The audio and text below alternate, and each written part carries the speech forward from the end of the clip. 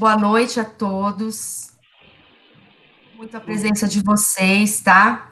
Para quem não me conhece, eu sou, como a Marta falou, para quem está chegando agora, eu sou a Rose, eu atuo como psicopedagoga clínica e professora de atendimento educacional especializado na Prefeitura de São Paulo, também como a Marta, né? Então, a gente agradece a todos os pais, né, por esse encontro, porque esse encontro é um encontro de pais. E agradecemos também aos demais convidados, porque o objetivo desse encontro é proporcionar momentos de trocas entre todos os envolvidos no processo de aprendizagem dos alunos e pacientes. Então, a gente acredita num trabalho que é multidisciplinar, que é um trabalho integrado de parceria com os pais, com os especialistas, com os professores, e esperamos que seja o primeiro de muitos encontros, né? Que é o que a gente sempre vem falando com a Jo, que a gente fazia há muito tempo, né? Encontro de mães e fortalece muito as famílias e os também nós professores, né? O encontro que a gente propôs, ele tem uma duração mais ou menos de 1h30, né? Aí no final a gente abre para perguntas, né? Mas tem um chat, se vocês quiserem escrever alguma coisa, pode ir escrevendo ao lado, quem está com o computador ligado. A gente também pode deixar os microfones desligados para não dar microfonia, né? O que a gente escolheu hoje para falar com vocês, como o primeiro, né, de muitos encontros, é o tema, é a codependência, né? Então, acho que eu vou pedir para a Marta projetar uma mensagem aí, um pensamento, né, para a gente abrir o tema codependência. Ela vai projetar aí pra gente.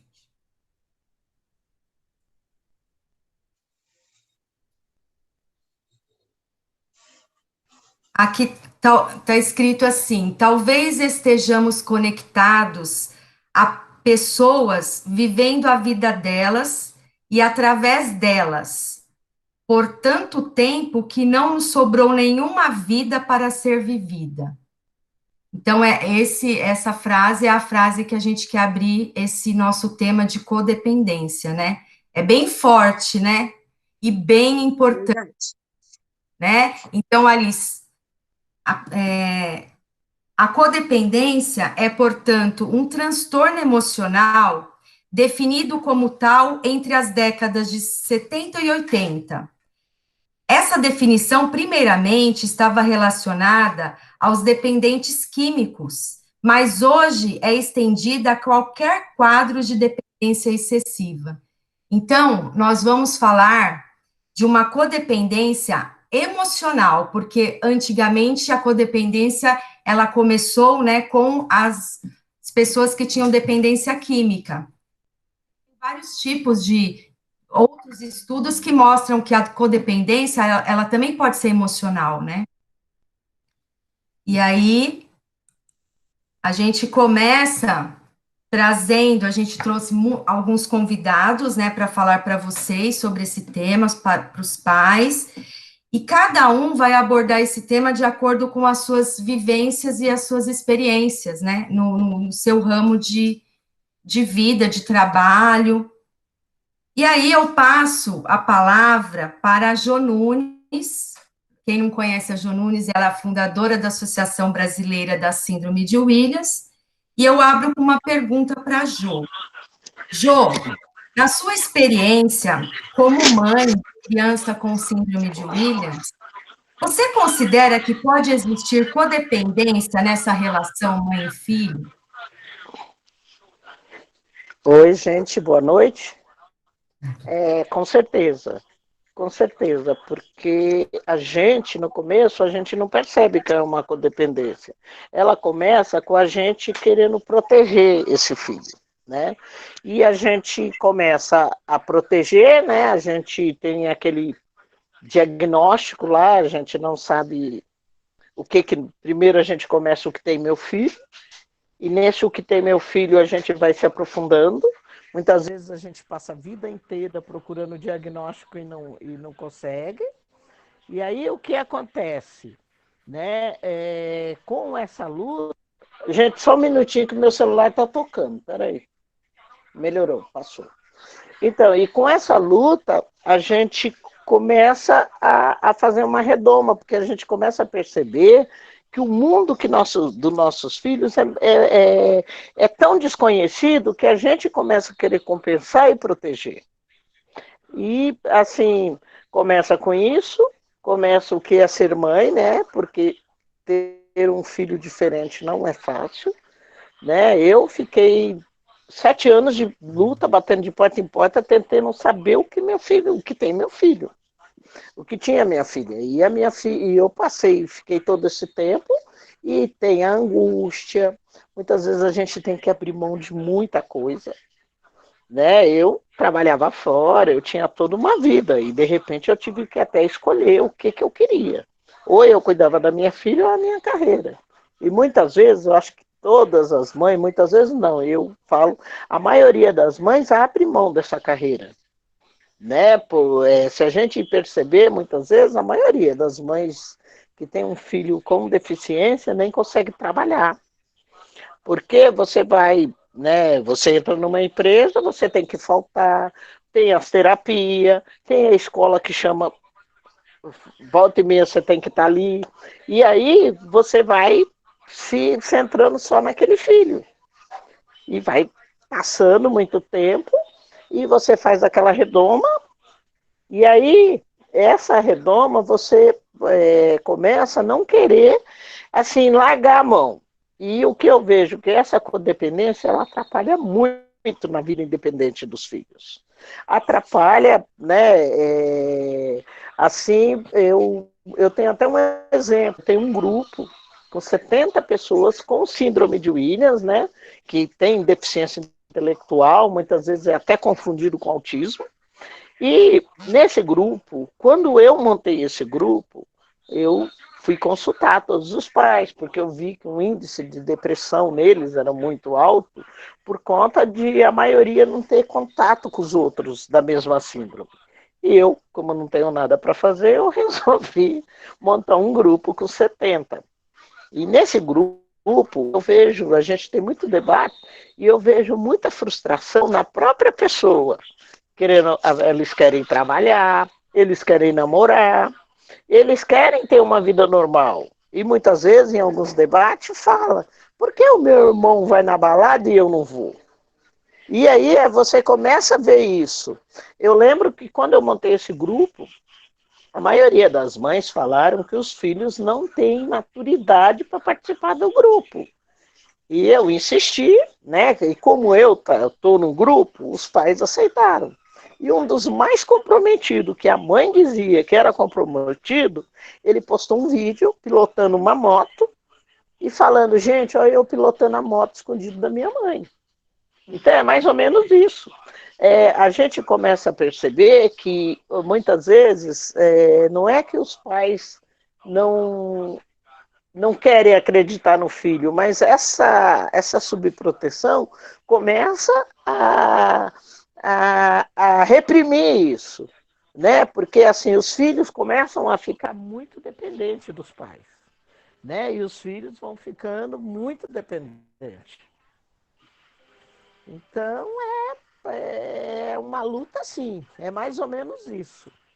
Né? Essa codependência, eu fui muitos anos codependente da minha filha, e um dia ela chegou para mim e falou, mãe, você confia em mim? Falei, confio. E a minha filha chorou e falou, mãe, hoje eu descobri que você é uma mentirosa. Você não confia em mim.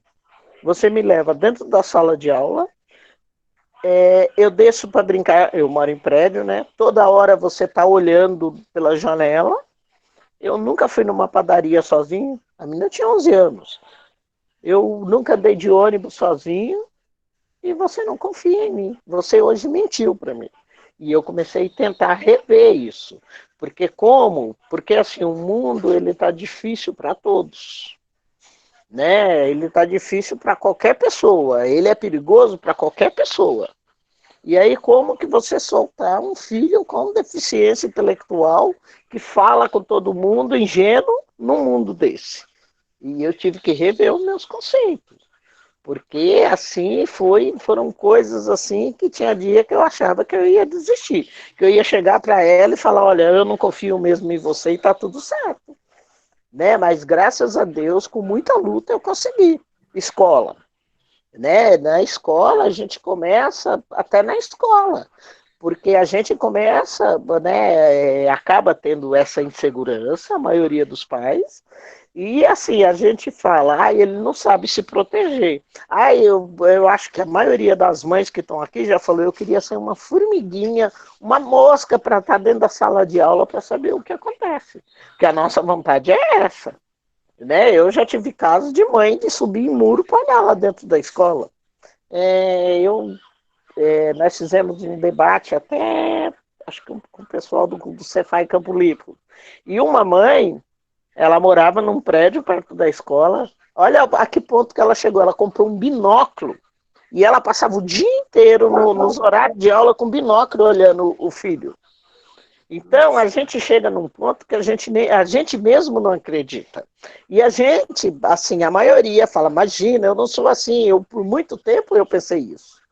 Né? Então, a gente chega nesse ponto de não querer acreditar no filho, de não achar, não que a gente queira, mas involuntariamente a gente começa a falar isso. A gente acaba discordando até da capacidade do filho.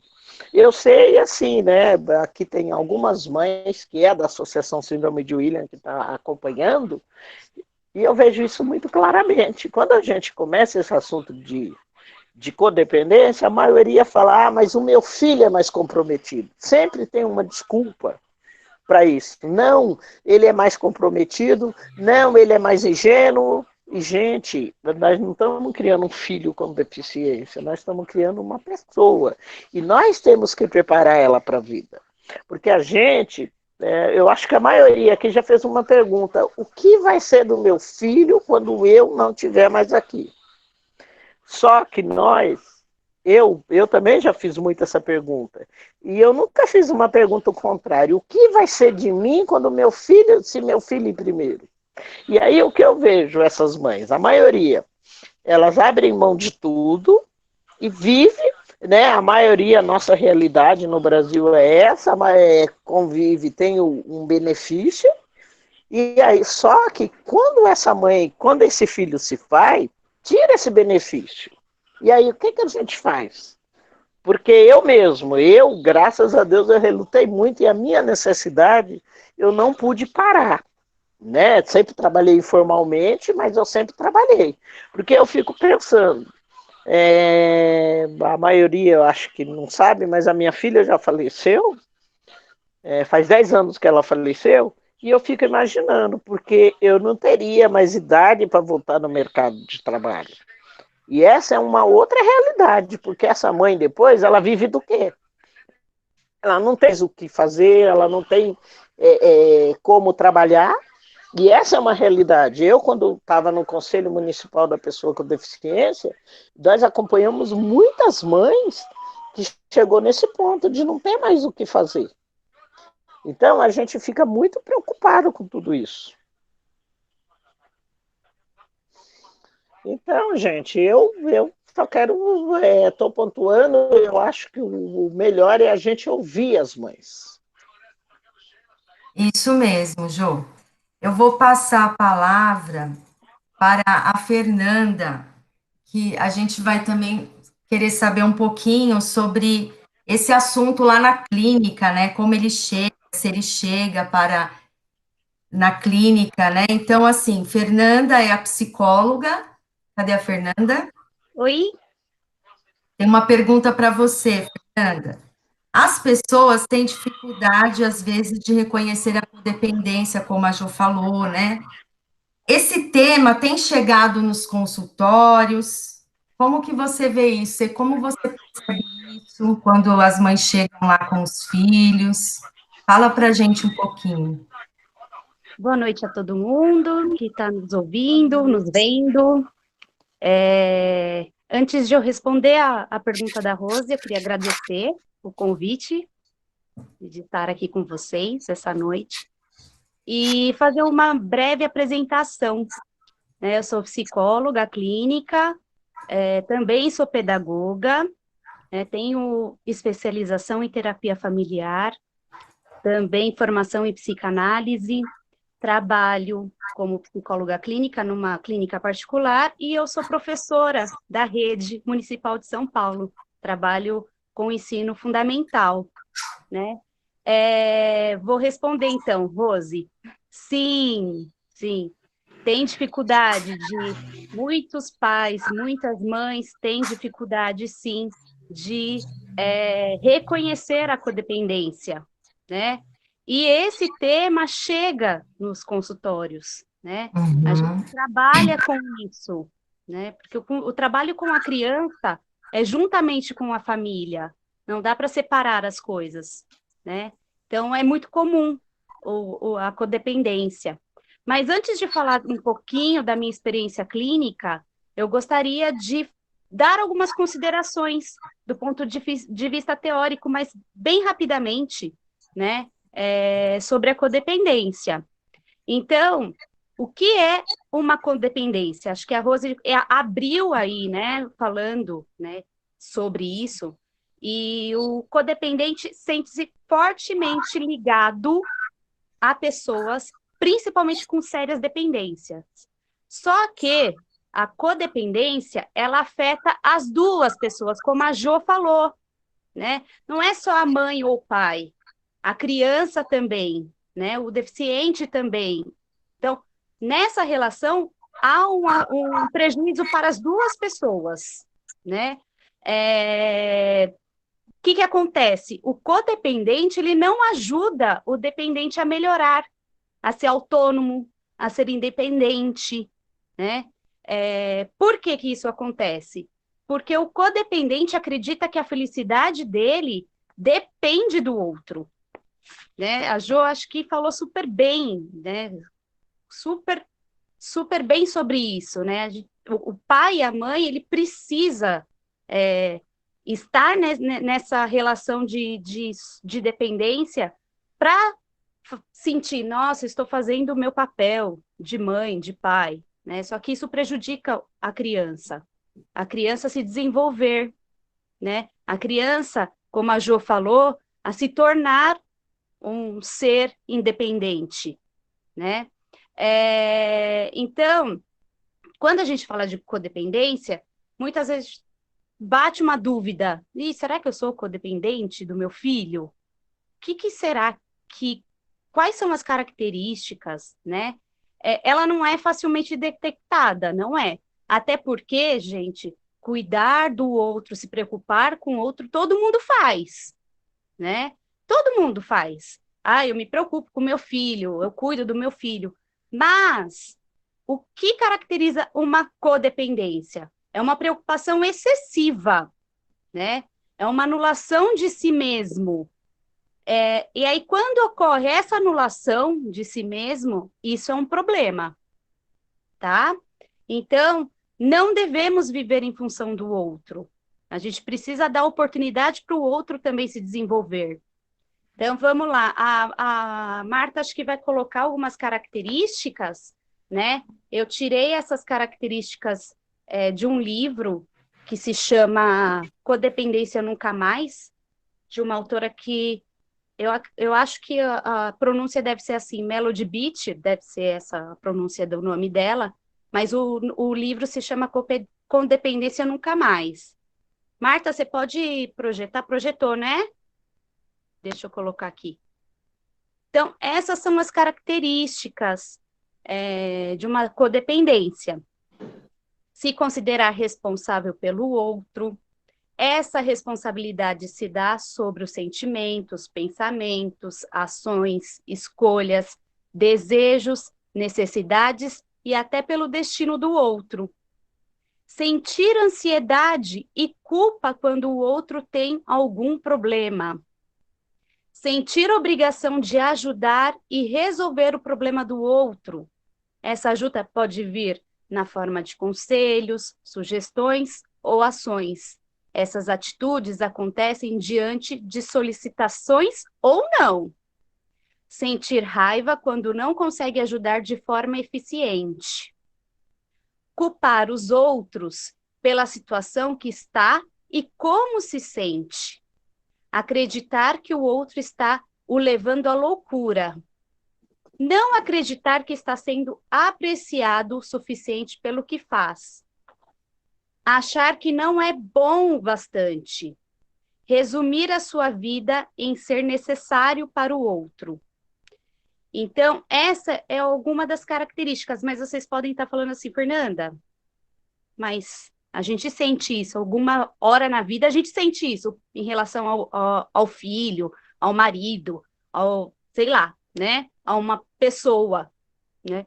Sim, a gente sente essas coisas no decorrer da vida, mas o que diferencia do codependente é quando essas características, elas são frequentes e quando elas duram por muito tempo, né? Então, essa é a diferença entre a gente sentir e o codependente, ele sente isso de uma forma mais frequente, tá? Aí, vocês podem me perguntar também, tá, Fernanda, mas como superar a codependência? Como que a gente pode mudar isso? Né? Então, primeira coisa é reconhecer a codependência. E como diz a Jo, no relato dela, é muito difícil reconhecer. Até porque tem muita negação, né? Enquanto mães, a gente nega as nossas fraquezas, a gente nega os nossos problemas, né? Então, esse é o primeiro ponto e é o mais difícil, reconhecer que você é codependente, né? Mas a partir do momento que você reconhece, você pode buscar ajuda, né? Ajuda médica, ajuda psicológica. Então, isso também é importante, buscar ajuda, né? Existem profissionais para isso, né? Terceiro ponto, colocar sua vida como prioridade. E a Jo falou isso, né? A Jo falou tudo que eu ia falar. E depois, desenvolver sua autoestima. Isso é um ponto interessante, porque quem é codependente tem uma baixa autoestima. E por que que isso acontece? Porque ele depende do outro para se sentir bem, ele depende da vida do outro para se sentir feliz, né? E aí isso não é legal, né? Se a gente for pensar, não é bacana. E, por último, deixar de querer controlar a vida do outro. E isso nós, mães, sendo codependentes ou não, a gente quer controlar a vida do outro, né? Dos nossos filhos. E aí isso é um ponto que é difícil para a gente trabalhar, né? Enfim. Bem, falando da minha prática clínica, Rose, tem tempo, né? Eu não estou controlando aí, não. Tem tempo? Tem, Rose? Sim, tem. Então, tá bom. Falando da minha prática clínica, né? Muitas vezes os pacientes chegam até o consultório para fazer, né, o tratamento, o trabalho terapêutico. E nessa relação terapêutica, a gente vai percebendo que tem algumas coisas ali na relação mãe e filho, né, que não estão legal, que não está funcionando bem, né, que está impedindo a criança, por exemplo, de criar uma independência, da criança sentir por si, né, porque na codependência a criança não consegue nem sentir, nem falar por ela mesma, né, e aí, quando a gente se remete à mãe, eu estou falando aqui, gente, da mãe, porque a mãe na grande maioria, é a cuidadora da criança. Então, já surgiu no consultório também pais codependentes, mas a grande maioria são as mães, tá? Então, quando a gente vai ali trabalhar essa relação mãe e filho, né? A gente percebe essa mãe muito debilitada, às vezes até fisicamente, né? Você percebe, parece que a mãe está sugada, sabe? Aquela pessoa que não tem energia, né? Aí você vai conversando com a mãe, você percebe que ela deixa de ir no cabeleireiro, ela não consegue ter alguma atividade prazerosa para ela, né? Ela não consegue fazer coisas para ela, voltadas para ela. Tudo é em função do filho, né? É, e aí é interessante como essa codependência vai atrapalhando, né, as outras instâncias da vida, né? Como, por exemplo, casamento. Às vezes a mãe é casada, né? Chega lá no consultório, tá a mãe, o pai e o filho, e rola mesmo. Às vezes acontece uma lavação ali de roupa suja. Brincadeira, mas às vezes o casal começa ali falando: ah, mas ela não liga para mim, ela só liga para ele, para o filho, ela não faz nada para mim, eu tô dormindo no sofá, eu durmo na cama dele, ele dorme na minha cama. Então, tudo isso vai embolando, né? A mãe, como a Jo falou, muitas deixam de trabalhar, né? E isso vai atrapalhando a dinâmica familiar como um todo, né? Então, essa mãe deixa de viver a vida dela em função do filho, e esse filho também é prejudicado nessa relação, porque ele não consegue se desenvolver, ele não consegue criar uma autonomia, ele não consegue ser independente, porque essa relação não deixa, né? Eu acho que é isso, Rose. Eu não vou mais me prolongar para não pegar o horário de ninguém. Mas eu acho que é isso. Muito obrigada, Fernanda. É isso Imagina. que a gente vê, né, na clínica e também a gente percebe na escola, né? Uhum. Vou passar a palavra para o neuropsicólogo Marcos. Ele vai contar um pouquinho da sua experiência como coordenador de duas instituições voltadas para o público da educação especial. Então, eu vou fazer uma pergunta para o Marcos. Marcos, como você percebia, naquela época, a codependência ali da instituição? Ok, boa noite a todas, porque a maioria são mães. Parabéns para nós psicólogos, hoje é o dia do psicólogo. Parabéns. Prazer estar conversando com todo mundo, revendo algumas pessoas.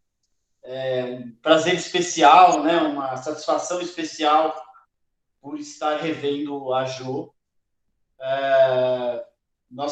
Inclusive, eu vou contar aqui um caos logo mais, de uma situação, experiência que eu tive na instituição e com a Jo, que exemplifica muito bem essa situação da questão da codependência. Bom, eu vou me apresentar rapidamente. Eu sou um neuropsicólogo. Como neuropsicólogo, eu coordenei as equipes técnicas de duas instituições, uma instituição em Rio das Artes, chamada 3A, e uma instituição em São Paulo, no bairro do Jaguaré, chamada CIAN, Centro Israelita de Apoio Multidisciplinar. E essas duas instituições, elas trabalhavam especificamente com pessoas com deficiência intelectual, na maioria crianças e adolescentes, né? As duas instituições tinham grupos de adultos, mas a maioria dos usuários, é assim que a gente chama, né, da instituição, eram crianças e adolescentes. E aí eu trabalhei um bom tempo e com muitas famílias, e é interessante que essa percepção da codependência, ela não veio de uma forma acadêmica, não foi uma coisa teórica, foi uma coisa vivenciada, uma coisa percebida na relação com as famílias, né? Nós fazíamos muitas discussões com relação à prática institucional, como a instituição tinha que funcionar. E ela, às vezes, essas discussões entravam em contradição, em confronto, em conflito, com a maneira como as famílias esperavam que a instituição trabalhasse, né? Por quê? Porque havia uma demanda, uma solicitação para que nós tivéssemos um trabalho que fosse muito mais, como é que eu vou dizer, muito mais protetivo. Queriam que a instituição protegesse mais as crianças. E a nossa discussão teórica na época era justamente a de que essas famílias, essas crianças, esses adolescentes, esses adultos, precisavam ter mais contato com o mundo, né? Realizar mais atividades no cotidiano, frequentassem mais os espaços sociais, interagissem mais com pessoas nas mais diversas possibilidades que a cidade oferece, né? Mas as mães ficavam muito preocupadas com isso, elas não aceitavam. Então, por exemplo, nós tínhamos a ideia de que, a partir de um determinado momento da adolescência, a partir dos 14, 15 anos, a gente já podia começar a trabalhar com esses adolescentes para eles entrarem no mercado de trabalho. E as mães diziam, de jeito nenhum, meu filho não vai trabalhar, como assim? Ele não pode. E a discussão era exatamente essa, né? Que eu tinha uma fala um pouco forte na época com algumas mães, elas ficavam bravas comigo, mas eu dizia, olha, a exclusão social, ela começa em casa, né? Essa superproteção, essa a dificuldade de reconhecer as competências, as capacidades que a criança pode desenvolver, ajudam no futuro a cronificar, a tornar mais crônica essa dependência que essas pessoas acabam desenvolvendo com relação aos pais, né? Uma coisa interessante que eu percebia no CIAN era a predominância de mães, né, frequentando a instituição. Era sempre em número muito maior. Então, isso fez com que a gente discutisse como a gente tinha que trabalhar também essas mães no sentido de convencê-las a, como disse a Fernanda, identificar a codependência e buscar tratamento, né? Nós ficávamos pensando como nós poderíamos oferecer também esse tipo de atendimento para as mães. E também a Fernanda mencionou uma coisa bem interessante, que foi essa coisa da autoestima, né? Então, a gente também discutia como fazer oficinas de salão de beleza, né? Oficinas que trabalhassem a questão da autoestima com essas mães, porque nós percebíamos como, ao ser estabelecida a relação de codependência, havia um abandono de si mesmo. Essa é a questão que chamava a atenção. Acho que a Fernanda mencionou uma coisa muito legal. A codependência, ela se confunde com a preocupação, com o zelo, né? Com a insegurança que as mães sentem nessas situações. Agora, a questão que a gente tem que pensar, aonde começa a questão da codependência? Ela começa, eu costumo fazer esse sinalzinho aqui, quando a coisa sai de uma certa normalidade e vai para o exagero, né? E uma das questões que a gente discutia com as mães para perceber esse exagero é o quanto elas estavam abandonando a si mesmas, né? Quanto elas abandonavam o cuidado com a própria saúde, né? O cuidado com a relação, com o relacionamento, com seus esposos, com os outros filhos, né? Isso tudo era muito discutido. E aí eu volto a enfatizar a questão de que havia uma predominância de mães na instituição, né? Então, então você está dizendo aí que os pais não desenvolvem codependência? Desenvolvem sim. E havia casos de codependência que era percebida também com os pais, tá? Isso é uma coisa importante. Mas como lá havia essa predominância das mães, e aí eu vou contar o caso em que a Jo participou, nós ganhamos de um restaurante na Faria Lima uma feijoada. Você lembra disso, Jo? Nós ganhamos uma feijoada num restaurante que ficava dentro de um museu. E aí nós levamos 40 mães, conseguimos dar os transportes e levamos as mães para comer essa feijoada no Dia das Mães. E foi uma experiência muito legal. Eu não estava, porque eu não sou mãe, eu fui excluído, né? Mas foi um relato que as famílias trouxeram depois, mas principalmente o pessoal da equipe que participou desse almoço, como as mães ficavam maravilhadas com o fato delas estarem sendo servidas, do fato delas estarem ganhando alguma coisa. Então, eu acho que isso é super representativo, né, de como essas mães realmente se entregavam nessa relação, nesse vínculo. Discutir a questão da codependência, tem que discutir um pouquinho a questão da teoria dos vínculos, né? Tem autores que discutem isso, na psicanálise, por exemplo. A codependência é um tipo de vínculo que a gente já começa até a chamar de um vínculo patológico, né?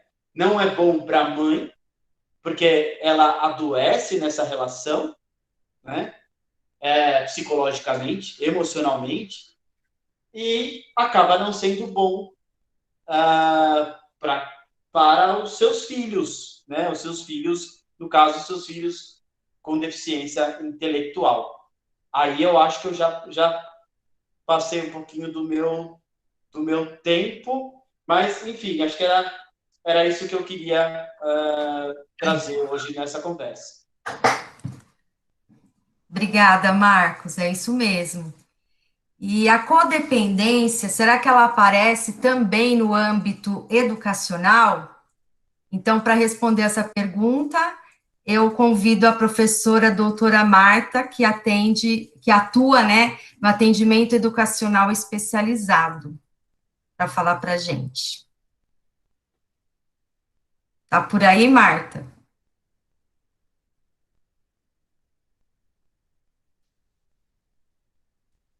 Enquanto isso, quero agradecer a presença também da Ana Paula, que é coordenadora do Cefai Pirituba Jaraguá. Ela, né, não é daqui do Butantã e está prestigiando também, e a todas as outras pessoas, convidados, que estão aqui, né, é muito legal conhecer bastante gente. É com você, Marta. Não sei se você ouviu a pergunta, a gente está querendo saber se a codependência também aparece no âmbito educacional. Isso na escola? Olá, novamente, né? Para quem entrou depois, eu sou a professora Marta, estou há alguns aninhos na educação, a minha maior experiência na área.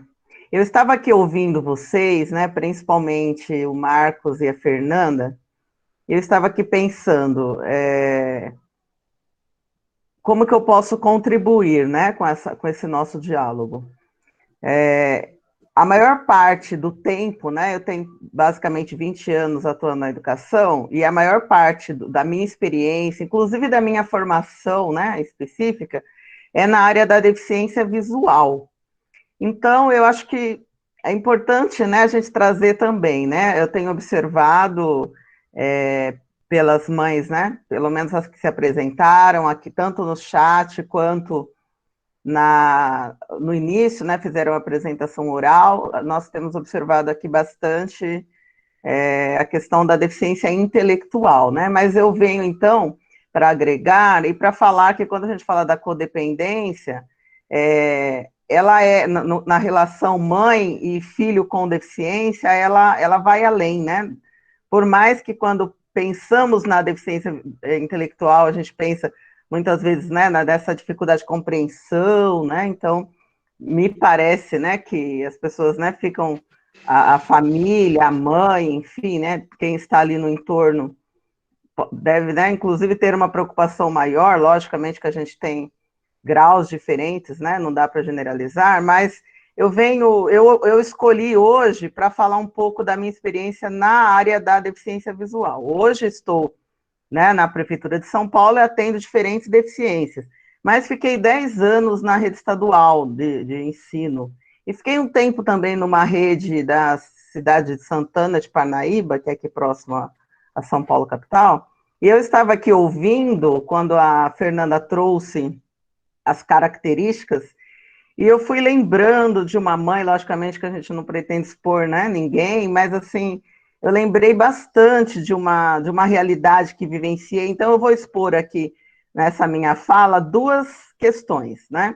Durante muito tempo trabalhei com orientação e mobilidade, né? Então, quando a gente fala da superproteção, do você acreditar que o seu filho, né, pode sim ser independente, pode ir para o mercado de trabalho, né, pode ser alguém com uma autonomia, né, na sua fase adulta.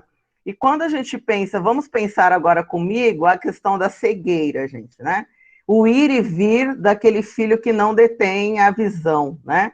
Então, na minha experiência como professor de orientação e mobilidade, que é ensinar a usar a bengala longa, né?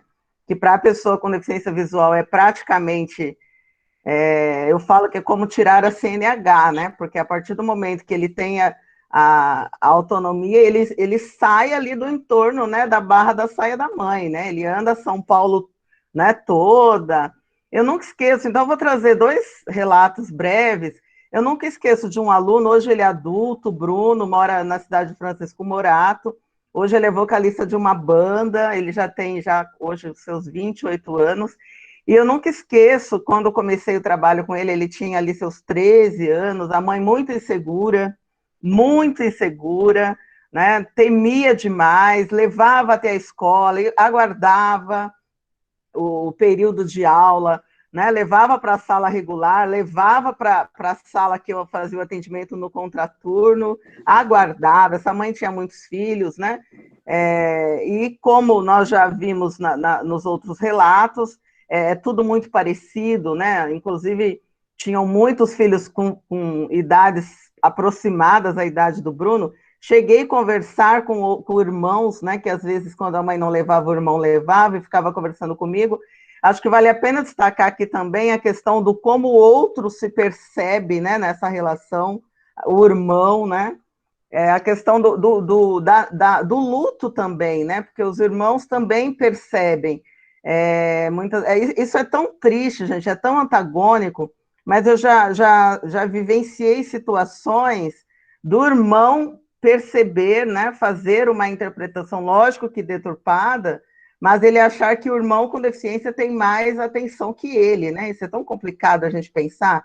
É lógico, né, que não é fácil estar no lugar dessa mãe, né? Vamos também, né, pensar o quanto várias questões, né, vão levar essa mãe a achar que, agindo dessa forma, ela está fazendo o melhor para esse filho, e já ouvimos que não é bem assim, né?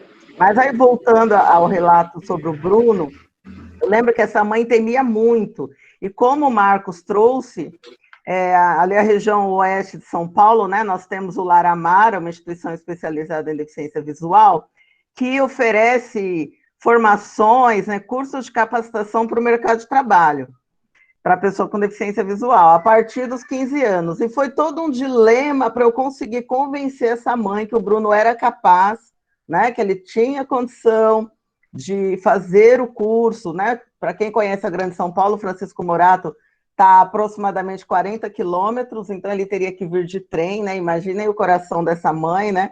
Andar ali mais alguns quilômetros para chegar até a instituição. Então foi todo um trabalho para ela acreditar que ele seria capaz de vir a São Paulo, né? De fazer o curso.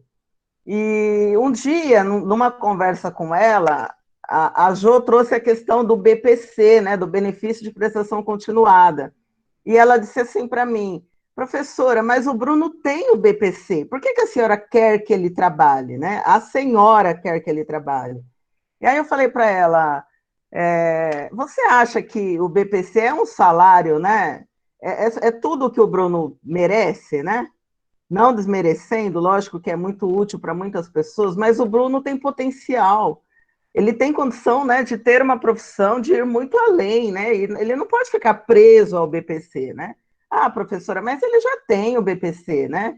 Então, assim, nesse sentido, tá bom, é isso, né, que basta, né? Meu filho já tem aí uma ajuda, né? Então, é todo um trabalho que a gente faz para fazer essa mãe, esse pai acreditar no potencial, né?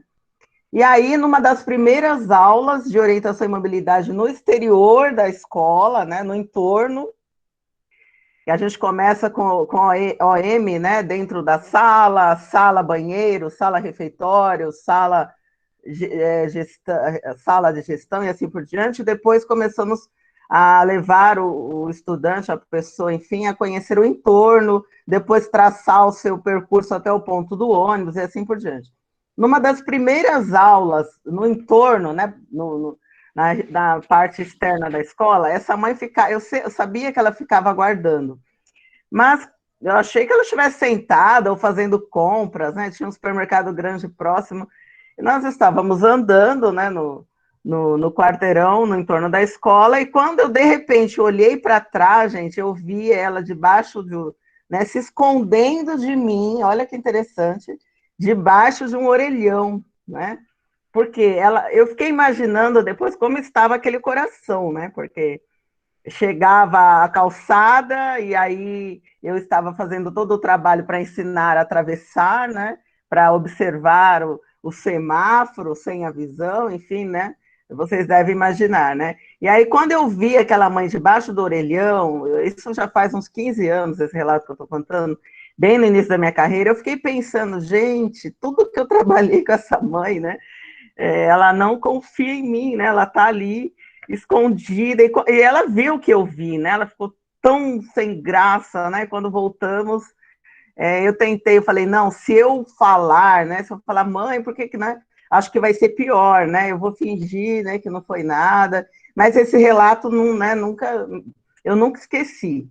Aí uma outra criança também com a cegueira, já na rede municipal de Santana de Parnaíba, tive, no bom sentido, grandes embates, né, com a mãe.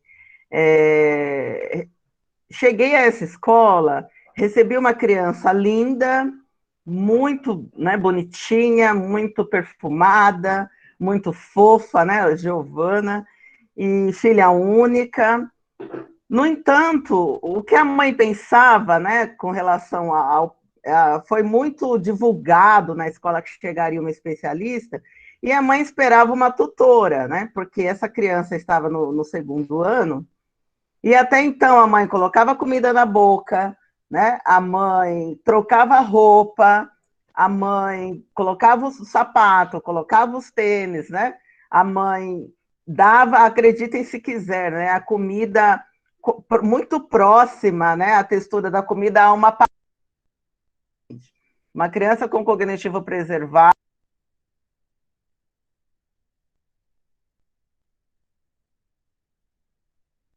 Tá sem áudio, Marta. Desculpa. Então, eu fechei aqui sem querer. O que essa criança, né, tinha era cegueira congênita, mas ela não tinha problema na mastigação, enfim, né? Tinha toda a condição de comer. Quando eu cheguei à escola, que aquela mãe se apresentou para mim, eu percebi, né? Ela falou, olha, né, minha filha única, né? Aí fez toda, né, a apresentação. E ali eu comecei a acompanhar a criança, gente, e com o passar do tempo eu fui tentando dar autonomia, né? Tentando fazê-la calçar os sapatos, né, quando precisava tirar na educação física, tentando fazer orientação e mobilidade dentro da escola. Era uma escola que tinha escada, né, e a pessoa com cegueira não precisa de elevador, né. Então, meu primeiro embate foi a questão do elevador. A mãe queria que subisse só de elevador. Aí eu fui fazer um trabalho com ela para explicar que o elevador não é para pessoa com cegueira, né? Porque ela tem condição, existe o corrimão, né? Enfim. E aí ela começou, num primeiro momento, a não aceitar e achar que eu estava, eu estou usando agora palavras, né, da própria mãe, você está maltratando a minha filha, né? E essa criança, tudo que eu fazia, no que diz respeito a cada dia trabalhar um pouquinho, atividade de vida diária, né? Atividade de vida autônoma, ela levava para a mãe, e a mãe no outro dia trazia aquele bilhete, né? Olha, professora, a minha filha é cega, né? Então ela fazia questão, né? Como se a cegueira a transformasse em alguém incapaz, né? Então fiquei 2 anos nessa escola. Essa experiência, né? De embate, no bom sentido, de luta, de trabalho diário, muito mais com a mãe do que com a própria criança, né? Queria que eu ficasse a todo momento ao lado da carteira, e aí fui fazendo um trabalho para separar, para mostrar que ela podia, sim, ficar sozinha, e que a minha presença a todo momento a colocava numa bolha, inclusive, né, distanciava essa criança das demais. Enfim, gente, eu sei que essa experiência de 2 anos me levou, inclusive, a fazer meu doutorado nessa área, porque foi uma experiência riquíssima que só me despertou para querer conhecer mais, querer entender, né, essa relação, querer entender como que se dá a aprendizagem, enfim. Mas, ao longo desses 2 anos, né, no dia a dia, é um trabalho de formiguinha, mas quando saí da escola, saí no final de 2014, já vi um grande avanço, né, essa criança já conseguindo, né, fazer atividades que parecem mínimas, mas que quando eu a conheci, eram todas, né, desenvolvidas por um adulto, né, muito próximo. A mãe pensava ali que o adulto deveria ter a função do tutor, né, aquele que faz tudo pela criança. E foi feito todo um trabalho. Depois fizemos um direcionamento para questões de terapia, né, para essa mãe. Com o passar do tempo, ela foi aceitando. Eu acho que hoje a Giovana já deve estar aí com seus 13 anos e provavelmente, não faz muito tempo, né, para finalizar, eu ainda tenho, né, como no Facebook, né, nessa rede social Facebook, e a mãe me chamou não faz muito tempo para falar que a Giovana está correndo, né, está participando de jogos ali da cidade de Barueri, né, correndo, participando, fazendo atletismo, né, e aí eu vi que essa mãe, um pouquinho daquele trabalho valeu, né, porque se eu parar para pensar como ela, né, tinha essa dificuldade, né, de deixar a filha caminhar por si só de ver ela hoje no atletismo é um grande avanço. Mas acho que é isso, é um pouquinho do que eu tinha a contribuir aí como na área da educação, né, pensando a codependência o olhar, né, do professor para com a codependência. Obrigada a todos. Obrigada, Marta. Eu acho que é por aí mesmo, né? Nós que estamos atendendo as crianças, né, no atendimento educacional especializado na clínica, não tem como a gente atender sem ter uma parceria com os pais, porque a coisa não evolui, né? Porque precisa os pais estarem também juntos para a gente ter esses momentos, né, de troca, de até ajudar o outro, né? Porque é assim que a gente consegue o desenvolvimento mesmo dos filhos, dos pacientes. E essa foi o nosso desejo, né, de fazer a live com os pais, porque a gente acredita que na parceria, é nessa que um fortalece o outro, né? E agora a gente vai colocar um videozinho bem curtinho e bem lindo para vocês, que vai sintetizar tudo que a gente conversou. E depois a gente tem um momento para as perguntas. Aí a gente fica conversando, né? Quem quiser falar alguma coisa, a gente abre para todo mundo, tá bom?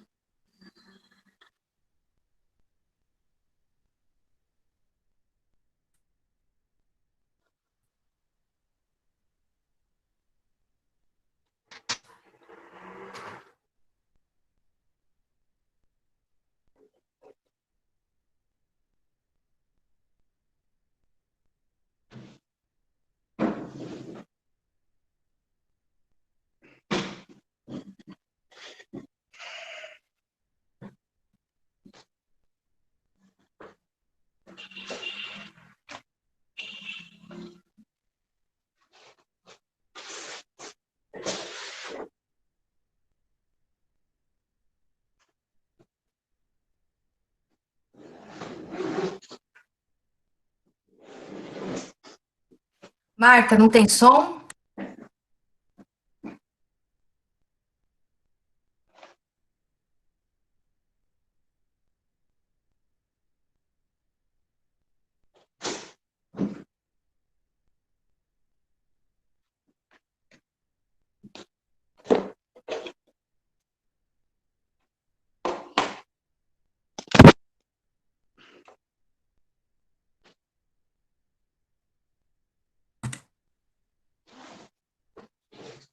Está sem som.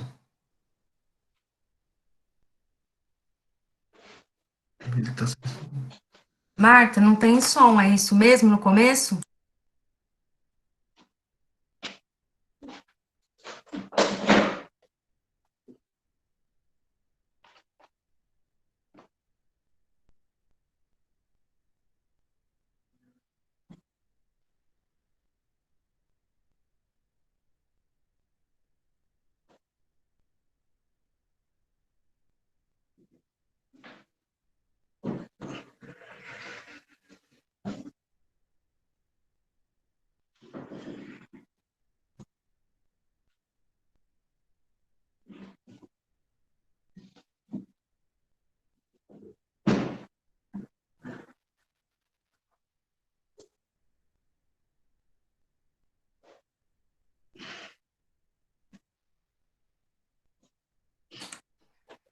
Pode tirar tudo.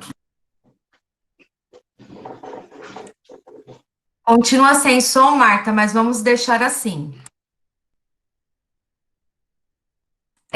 Tem que compartilhar a tela do site e não do computador.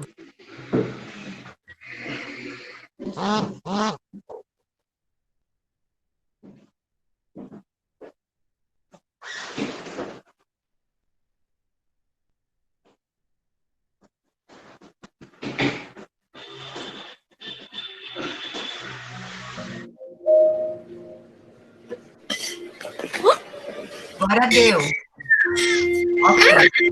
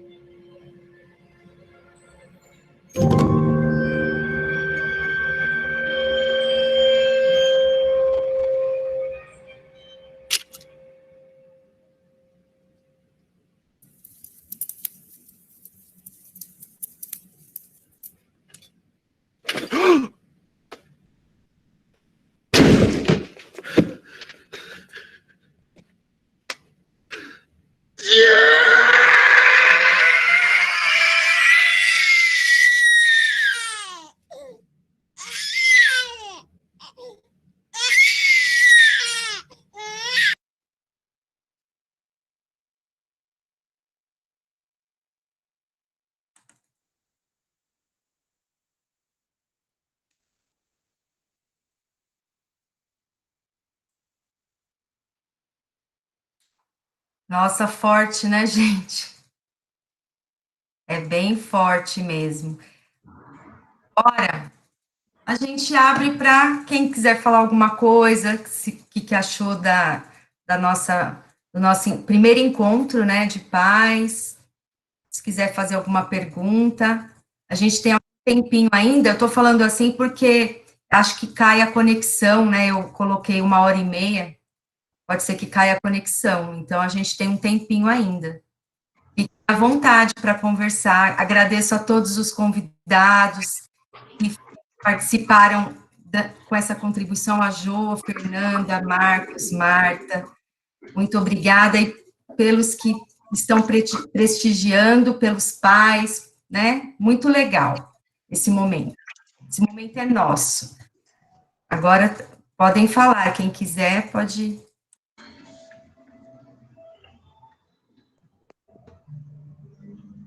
Eu agradeço o convite. Eu achei muito legal quando eu recebi, né, o convite para participar. E eu só tenho a agradecer. Eu acho que gostei muito de ouvir o que cada um teve para compartilhar.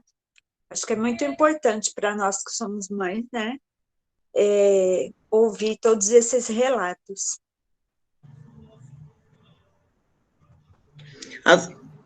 As mães que chegaram depois, se quiserem fazer perguntas, fiquem à vontade.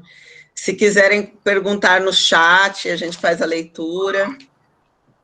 Edinalva, Leonor, que chegou depois, obrigada pela presença.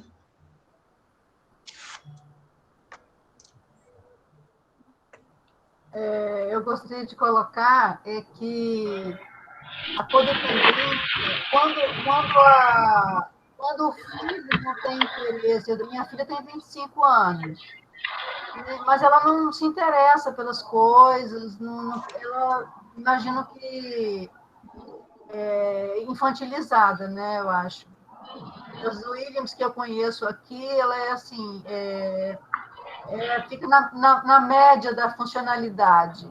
Ela tem muita autonomia, mas só para as coisas que ela gosta.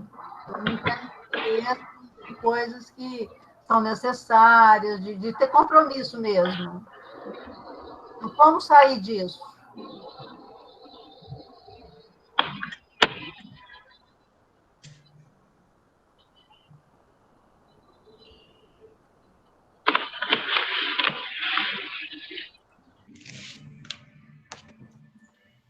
Alguém quer responder? Acho que essa pergunta está para os psicólogos do grupo.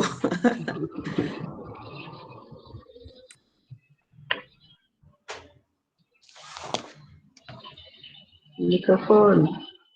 Peraí, gente, peraí. Tecnologia é um pouco complicada para mim. Obrigado. Pronto. Quer responder, Marcos? Eu deixo. Tá bom. O que é importante é a gente entender a história de cada caso, né? Muito do que nós dissemos aqui é um pouco dessa relação que acaba havendo entre a forma como se estabelece esse vínculo e as dificuldades que isso acaba provocando no desenvolvimento da criança. O que é interessante se pensar é que é necessário procurar atendimento para a criança e para a família, né? Então, talvez possam haver algumas práticas, algumas terapias que sirvam para que sua filha, né, possa desenvolver mais essa autonomia. Eu faço parte de uma linha que entende que nunca é tarde, acho que sempre é possível trabalhar com uma pessoa com deficiência para que ela desenvolva novas capacidades, novas competências. Acho que não existe tempo perdido. A gente tem que apostar sempre, né? Agora, é preciso também fazer um pouco dessa reflexão, que é isso que a gente está propondo aqui, né? Para que as mães, de certa forma, também façam essa reflexão, entendendo quanto essa postura codependente impede esse desenvolvimento, né? Não, nós não estamos... Acho que o objetivo aqui não foi, de certa maneira, cravar que a criança que não se desenvolve por causa da mãe, ou que toda mãe de uma pessoa com deficiência seja codependente. Acho que cabe cada um fazer essa reflexão e entender aquilo que eu falei, né? Em que nível está a coisa, para saber se isso também pode ser trabalhado. Espero ter respondido. Ok, respondeu, Marcos. Como mãe, não sei se eu posso ajudar um pouquinho. Claro. Com certeza. O meu filho tem 33 anos, né? Desculpa, 31 anos, né? E ele fez essa oficina que o Marco falou, só que na época, há um ano atrás eu morava em Jundiaí, e em Jundiaí tinha pela PAI. E foi ótima a oficina. Meu filho trabalhou no McDonald's, meu filho trabalhou na CBA, e trabalhou por 7 anos na Atmosfera, que hoje a Érica é uma lavanderia industrial. Né? E saiu de lá porque meu marido aposentou, montou um comércio e hoje ele trabalha com o pai. Não hoje exatamente, porque hoje nós estamos dentro de casa por causa dessa pandemia, né? Mas ele trabalha com o pai.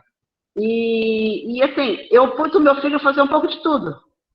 Eu sempre tive aquele conceito de que quanto mais ficasse dentro de casa, pior seria, porque eu vejo por mim, parece que a mentalidade vai fechando, né? Então eu sempre falo para ele, filho, nem que seja para a gente fazer uma caminhada, para a gente ver os passarinhos, mas a gente vai sair para a rua, né? Vamos fazer alguma coisa. Então ele fez vários, essa mãe está dizendo a falta de interesse, Thomas fez vários cursinhos, entrou fez violão, fez flauta, faz academia. Quer dizer, ele não mostrou esse interesse, ele também começava e parava. Mas o trabalho dele lá dentro da atmosfera, eu acho que ele se encontrou. Né? Ficou tantos anos lá, chegou um ponto que daí ele não quis mais. Não quis. Mas ele experimentou um pouquinho de tudo. E hoje ele tem uma autonomia até razoável. Teve namorada, hoje estou sem namorada, mas já teve namorada, namorou vários anos, né? Ele tem uma autonomia até, eu acredito que dentro da condição dele, até muito boa. Mas eu sempre coloquei ele para estar fazendo um pouco de tudo, inclusive dentro de casa, ele me ajuda bastante. Né? Não temos essa de que Thomas não faz, não, Thomas vai fazer. Né? Hoje tenho minhas 2 filhas que são casadas, assim, tive 3, uma menina acima dele e uma abaixo. As 2 são casadas. Mas quando tinha as 3 em casa, era dividido, o que era do Thomas, era do Thomas. Né? Então, eu acho que eu sempre digo que eu empurrei um pouco ele, empurro ele ainda, mas eu acho que ajudou. Posso ter, de repente, errado em alguma parte, né? Mas eu acredito que ajudou, porque eu vejo ele dentro da condição dele, dentro da condição dos restantes, a Jo pode me ajudar mais nisso, conhecimento de outros, o William, eu acho que ele tem uma autonomia até muito boa. Tá? Então, assim, eu nunca permiti, nem hoje mesmo, diante dessa pandemia, a gente passa uns dias dentro de casa, hoje mesmo eu falei, hoje nós vamos fazer uma caminhada. Né? Então, a gente sai para fazer uma caminhada. Vamos ter uma vida dentro da condição possível ativa. Eu penso que isso faz com que ajude ele. E também o de se descobrir, né? Nós mesmos, muitas vezes, não sabemos o que queremos, né? É o se descobrir. Espero ter ajudado essa mãe. Né?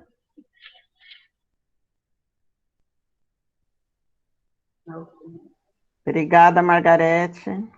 Eu te agradeço.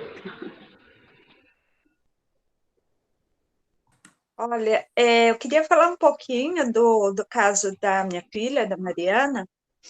Eu tenho dificuldade, assim, com relação à codependência, mas, assim, eu não sei dizer até que ponto somos codependentes uma da outra.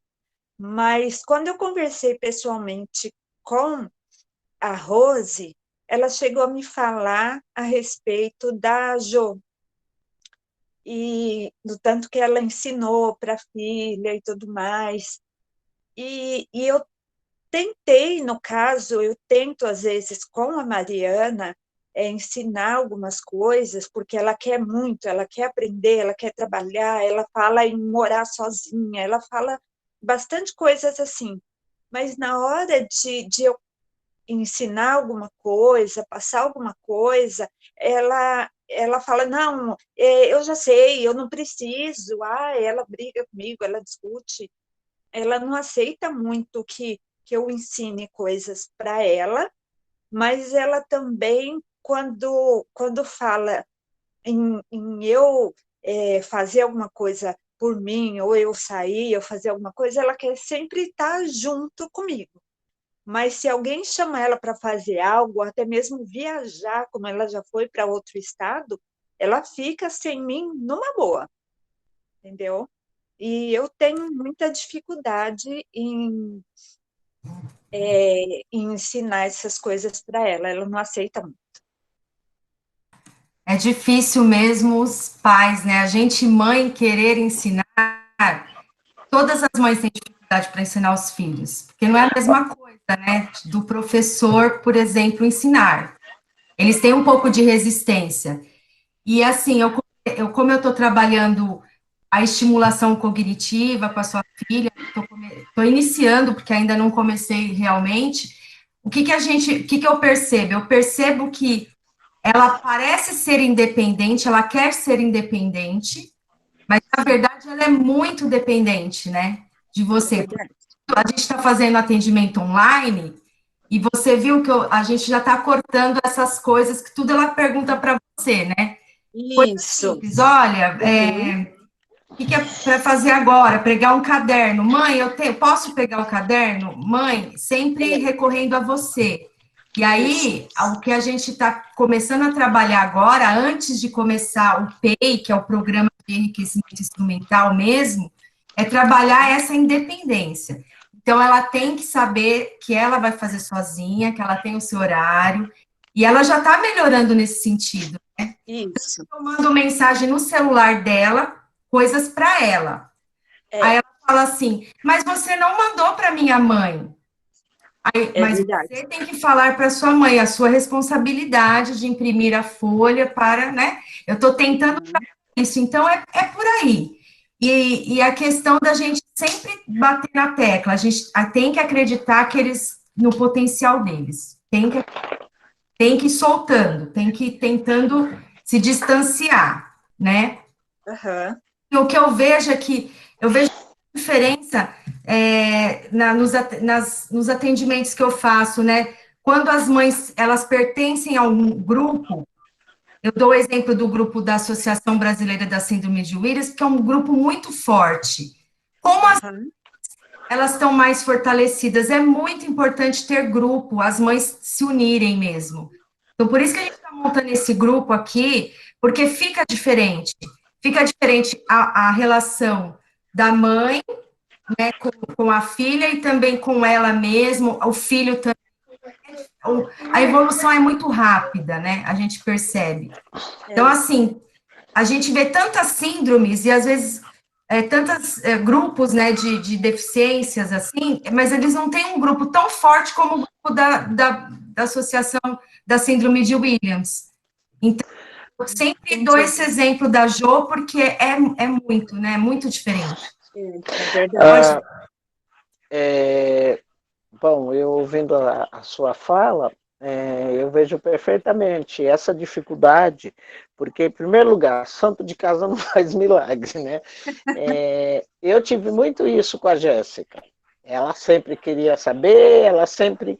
Então, assim, a gente também, por isso que a gente precisa muito de ajuda de profissionais, né? Muitas vezes a gente acha que a gente consegue fazer, não. Eu lembro isso que a Rose está falando da responsabilidade. No começo, alguém convidava a Jéssica para uma festa e eu dava a resposta. Uhum. E um dia ela chegou para mim e falou, mãe, é eu ou é você que vai na festa? E aí eu comecei a pensar, igual, eu lembro que uma vez nós fomos ao médico, e o médico, na hora de ensinar a medicação, ele não explicou para a Jéssica, explicou para mim. Compramos o remédio, tudo. Quando chegou em casa, ela falou, eu não vou tomar, ele mandou você, ele não mandou eu. E aí, a partir disso, eu comecei a perceber assim, então, quando alguém ia falar, eu falava, fala com ela. Né? Então, às vezes tinha um passeio, a Jéssica vai, eu falava, eu não sei a agenda dela, liga para ela. Porque ela mesmo começou a rejeitar. E esse negócio de querer saber tudo, muitas vezes, acho que tem uns psicólogos aí que pode falar, eles fazem mais para desafiar a gente. né? Porque, Difícil. em outras palavras, eles chega uma hora que eles não estão mais aguentando a gente. Eu lembro que uma vez, muito claro, num evento da associação, eu comecei a perceber que os Williams sentavam muito longe das mães.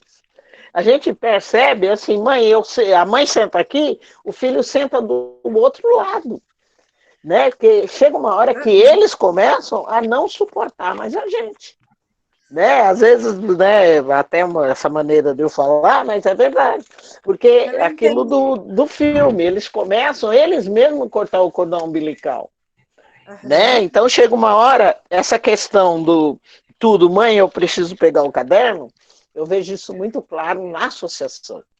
Muitas vezes você pergunta o nome da criança e a mãe se adianta e responde. Eu atendi um Williams que não falava. Nossa. Só que ele não falava, a mãe tinha aquela angústia, só que ele cantava muito no quintal sozinho. Olha E só. uma vez nós fomos num evento, a mãe estava me ajudando e eu levei ele no supermercado. Né? Ela falou, ele não vai com você. E ele me deu a mão, né? Ele tinha uns 6 anos, mais ou menos, e foi comigo no supermercado. A mãe ficou desesperada. E nós andamos, né? Eu acho que até numa última live eu dei esse exemplo. Tudo, e acho que foi a primeira vez que aquele menino empurrou um carrinho de supermercado. E ele todo feliz, né? E eu falava, pega isso, pega aquilo, e ele numa boa. E aí, quando chegamos na padaria, eu sabia que ele era apaixonado por sonho. Eu olhei para ele e falei, eu queria tanto te comprar uma coisa gostosa, mas como você não fala, e eu não vou entender o que você está falando, então eu não vou comprar. Ele olhou para mim e falou, tia Jo, eu quero um sonho. Ah, não, olha só. E aí, né, quando ele falou assim, eu percebi que ele se assustou. Como se falasse, a tia Jo descobriu o meu segredo. E eu tratei ele naturalmente, comprei o sonho, tudo. Ele me ajudou, eu dei as sacolas, né, tinha um monte de coisa para a gente levar. E acho que foi a primeira vez que ele me encarregou uma sacola, né? Claro, peguei umas coisinhas leves, porque eu falei, a mãe vai me matar, né? E quando nós chegamos no local onde estava tendo o evento, a mãe estava surtada na porta. Ele chorou, não sei o quê. E aí ela pegou já aquela sacola, deu a mão e o menino voltou para o mundinho dele. Então a gente percebe claramente, né, essa situação que a gente começa a sufocar eles, né, essa questão, né, eu vejo muito assim, não, o meu filho não faz isso. Eu acho que todos nós temos isso. Quantas vezes aqui nesse grupo, todas as mães, que nós falamos, se adiantamos de falar, não, meu filho não come isso, e ele vai, chega e come tudo, e a gente passa vergonha. Né? Porque a gente começa a se adiantar e tomar a decisão por eles. E o que é cômodo, nós somos ser humano. Se eu tenho quem faz por mim, se é o serviço pesado, eu vou gostar. Agora, se é uma coisa que me dá prazer, eu vou reclamar. Porque é muito fácil. Isso que a Margarete falou aí. Se começa pela vida diária. Por que não pode lavar louça? Por que não pode fazer? Porque aqui em casa eu tinha uma preguiçosa folgada. E, assim, vamos fazer isso. Então, se é para ir para o shopping, tudo faz correndo. Mas se não era, um dia falou, esse povo sabe que eu tenho deficiência e fica pondo eu para trabalhar. Então, olha que ponto que eles chegam. É a mesma coisa que eu vejo muita assim, né? Acho que tem mães aqui que vão me matar. Eu vejo muito essa questão do professor auxiliar. Porque eu tive uma mãe que ela brigou na justiça quando chegou lá no ensino médio, que ela queria um professor auxiliar. Eu falei, você quer brigar, né? Dei meu ponto de vista, tudo.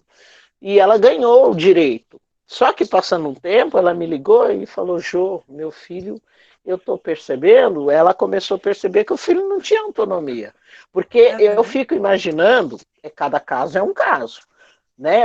Eu sempre falo para os pais assim, que tem que ver os pais e professores da escola até que ponto que precisa e até que ponto tira.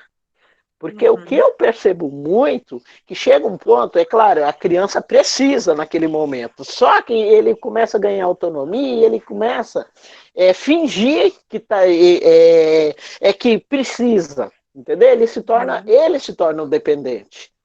Né? Eu vejo muito claro, eu visito muita escola, né? Embora eu não sou da educação nada, mas quando o bicho está pegando que eu vou, eu vejo a mãe, né? Fico lá observando que o professor auxiliar, na verdade, ele é o empregado. Né? Eu estou falando dos meus Williams, porque as mães que estão aqui, que são mães de Williams, sabe, é um povinho folgado. Né? E eles mandam e desmandam. E aí um dia, numa palestra, eu até falei que eu fico imaginando, graças a Deus, na minha época, não tinha, porque a Jéssica, ela faria o professor auxiliar de gato e sapato, porque eles, né, o que é cômodo para eles é bom, mas o que não eles querem desapegar, entenderam? Mariana todinha. É. Mariana todinha. Ela é assim, ela se é para ir para um shopping, para padaria, para farmácia que seja, tá ali pronta para em condições. Mas se é para lavar uma louça, misericórdia, Senhor. Mas você sabe que a minha filha, ela era muito preguiçosa em casa, né? E quando ela ia na casa dos outros, ela oferecia ajuda e fazia. Quando a pessoa fala, gente, ela lavou toda a louça, secou, eu falava, não, eu pensava, não é. Né? E é verdade. Porque Mariana é assim também, muito prestativa para os outros. Para os outros é prestativo, mas é qualquer filho, tá? Porque eu tenho um aqui de 35 anos, que o bairro inteiro, no meu condomínio, todo mundo fala que menino bonzinho. O menino vai vamos supor, se ele vai na padaria, ele pergunta para uma pessoa assim, quer que traz alguma coisa, agora vai eu pedir, vai na padaria. E não tem deficiência nenhuma, tá? Entendo. Eu falando mal dele, ele entrando. E é verdade, filho é assim. Né? É assim. Então, é bonzinho para os outros, mas pai e mãe chega uma hora que eles não aguentam mais. Mas assim, é porque eu tenho 3 filhos, eu tenho um casal de gêmeos de 23 anos e a Mariana de 22.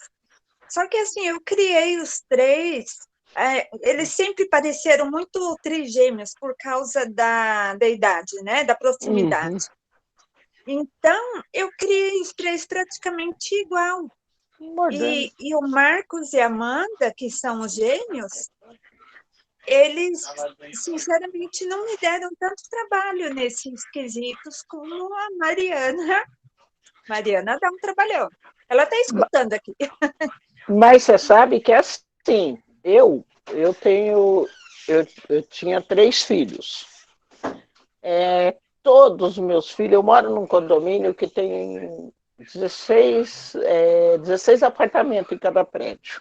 Meus filhos nunca entraram na casa de ninguém, meus filhos sempre comeram de tudo, né? Nunca reclamaram. A minha sempre foi na casa dos outros, almoçou, jantou, usou banheiro, sempre nunca quis verdura, nunca quis. Então, assim, cada pessoa é uma pessoa, né? Então, muitas vezes a gente até compara por conta da deficiência.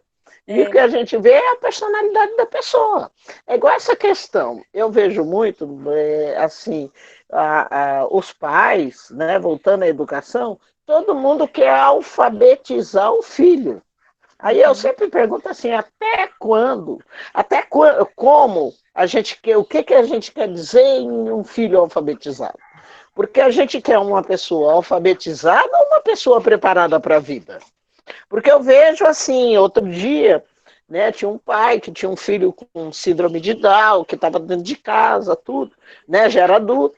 E aí eu achei uma instituição para ele ir. Aí o pai chegou para mim e falou, o menino tinha uns 23 anos. Vai alfabetizar? Eu falei, não. Ele vai aprender a forrar uma cama, ele vai aprender a andar sozinho. Não, eu só quero que meu filho saiba ler e escrever. Então, eu acho assim que famílias passam a vida inteira batendo nessa tecla da educação. Né? E aí a gente tem que pensar, né, o que é educação. Né? Porque, igual, eu tenho um irmão que ele nunca se alfabetizou. Meu irmão não tem deficiência, não tem nada, ele não gostava da escola. Minha mãe levava, ele pulava o muro e chegava em casa. E foi até uma 4ª série e nós vimos que não tinha jeito. E eu tinha um pai muito sábio. E a gente morava em sítio. O meu pai montou estufas e pôs para ele cuidar. E ele, hoje em dia, meu irmão é paisagista. Meu irmão tem uma empresa de jardinagem, né? Faz decoração em filmes e novela, tudo. Não sabe ler nem escrever. Né? Sabe assim, alguma coisinha. Então a minha cunhada aqui cuida de toda a parte administrativa e ele cuida do pesado e vive muito bem. Paga um motorista porque não conseguiu tirar a carta, porque por conta do. Aí a gente pensa assim, o que a gente quer? Né? Eu fico muito preocupada com esse sofrimento da família, que tem que se alfabetizar.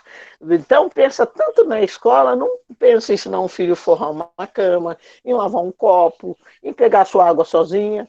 Eu vejo mães dando banho em cara de 25 anos. Eu vejo, assim, mães, o cara de 20 anos indo no banheiro e falando, mãe, eu acabei. E mãe não lava limpar o bumbum. Então, a gente tem que parar e pensar. Eu vejo mães, a maioria fala, é meu bebê, né? Comprando um brinquedo para um homem. Eu acho que a gente tem que começar a trabalhar assim, tratar da idade que tem. Né? Então, é a sua idade, né? Não é mais para você ganhar um carrinho. Ah, mas ele gosta. Gente, todos nós, se der um carrinho para nós, até nós pode se pegar brincando. Né? Então chega uma hora que tem que desapegar disso. Então, aí nessa pandemia, nessa coisa toda, a gente se organizou, porque eu estou trabalhando dia sim, dia não, então a gente dividiu a louça. Hoje, por exemplo, ela fez o almoço, ela faz as coisas, sabe? Sim. Mas é coisa assim, é mais assim no... Não assim, antes me falar desse negócio, deixar o tempo dela. Mas não, se deixasse o tempo dela, ela não ia fazer mesmo. Mas hoje é qualquer adolescente, é qualquer pessoa. Não é porque tem deficiência que eles fazem isso. Eles qualquer jovem, é assim, todos os jovens, a maioria, todos são preguiçosos, todos não querem fazer as coisas. E a gente acaba se pegando muito porque tem deficiência. Igual a falta de limite, essa rebeldia. Gente, é todo jovem. Né? Mas aí só. Eu confesso que eu tenho muito receio de deixar, de soltar, Ai, não sei, eu fico pensando, vai que, nossa. Ela pediu um colega dela em namoro na Pestalozzi pelo WhatsApp, o rapazinho aceitou. Então, assim, ainda não namoraram. Amo, ainda não namoraram pessoalmente, porque isso foi na pandemia. E vai namorar pessoalmente. Então. Exatamente. Eu tenho muito receio de tudo isso. Eu acho que igual, a sexualidade, eu acho que não, até um próximo. Né? Eu até sugiro um tema, o próximo seria a sexualidade. Sim. Porque igual, como é que você vai ver isso? Boa, Jô. Como é que você vai ver isso? É necessário. Né? Então, eles têm toda essa autonomia. A gente que acaba não enxergando isso. Né? Porque a gente sempre, nós mães, a gente vê a deficiência. Né? E a gente não faz isso por preconceito, mas é o que a gente vê.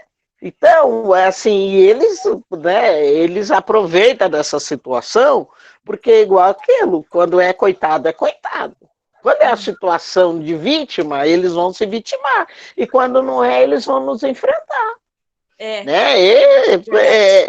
A gente tem que pensar assim, tem que tratar eles da idade e respeitar as limitações dele, mas acreditar neles. Né? Eles vão fazer diferente, mas vão fazer. Né? E não assim, ele não consegue. Né? Igual ontem eu estava atendendo uma mãe de um bebê que não come, E eu cheguei para ela e falei, olha, aí eu falei para ela, você dá alguma coisa quando ele não come? Aí eu dou, porque senão ele vai morrer de fome. Eu falei para ela, ninguém morre de fome, porque eu passei com isso com a minha filha. Ninguém morre de fome. É igual, se você não comer o arroz, você vai ganhar uma batata frita, o que você vai preferir? A batata frita. Não é? Você não come feijão e arroz, você ganha um sanduíche, você vai comer o sanduíche. Agora, se você não tem opção, você vai comer o que tem. Né? Então, aí fica, não, eles têm uma seletividade, não sei o quê. Gente, eles assim, como tem a oportunidade de escolher, todos nós. Né? Você vai num restaurante, você escolhe o que você gosta. E se eles têm essa oportunidade, eles vão fazer. Vocês viram, né, que eu tenho um filho rebelde aqui, né? E ele tá doido para vir para a live, ó. Então é isso, né? Então, pessoal, já deu tempo, mas legal a nossa conversa. E até surgiu um tema, então, para a próxima, né? A gente pode falar de sexualidade e deficiência. A gente já falou uma vez desse tema lá no CIAN, né, Jô? Há muitos anos. Sim. A gente pode marcar, se vocês gostaram, a gente volta assim com o próximo mês. Não vamos perder o vínculo, não, hein, gente? Sim, com certeza. Eu acho que essas lives ajudam muito a gente. Porque eu participo de muitas lives, assim, uma palestra, você vai, fala, e você não ouve as pessoas. Eu acho que, assim, esse papo descontraído, todo mundo poder falar, é isso que é importante, né? E os temas que a gente quer ouvir, que a gente está com dificuldade, né? Bom, gente, mas alguma mãe gostaria de fazer alguma pergunta? Às vezes tinha pensado, ficou esperando, né? Tem mais alguém? E a Jô fala muito, né? Que isso, Jô? Você vem agregar. Leonor, as mães do Tenente Alípio, né? Algumas participaram aqui pelo chat. As mães do Eda, algumas gostariam de perguntar, fazer alguma pergunta, algum comentário, alguma reflexão.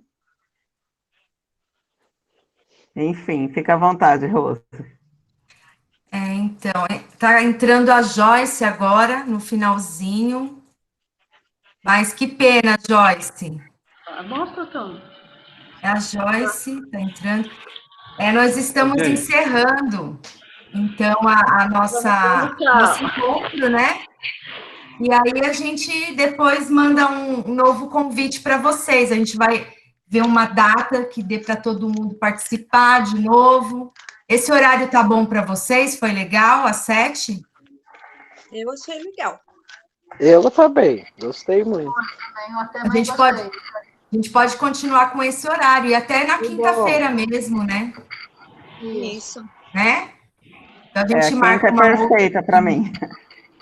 Para a Marta, que a Marta dá aula nos outros dias, à noite, e aí acho que de quinta fica legal para a gente marcar. Sim, com certeza. Gente, muito obrigada, viu? Adorei mesmo. Estava com saudade de muita gente aí que não via, tá bom? Adorei também, obrigado. Vocês, gente. Até mais. Obrigada, gente. Obrigada pela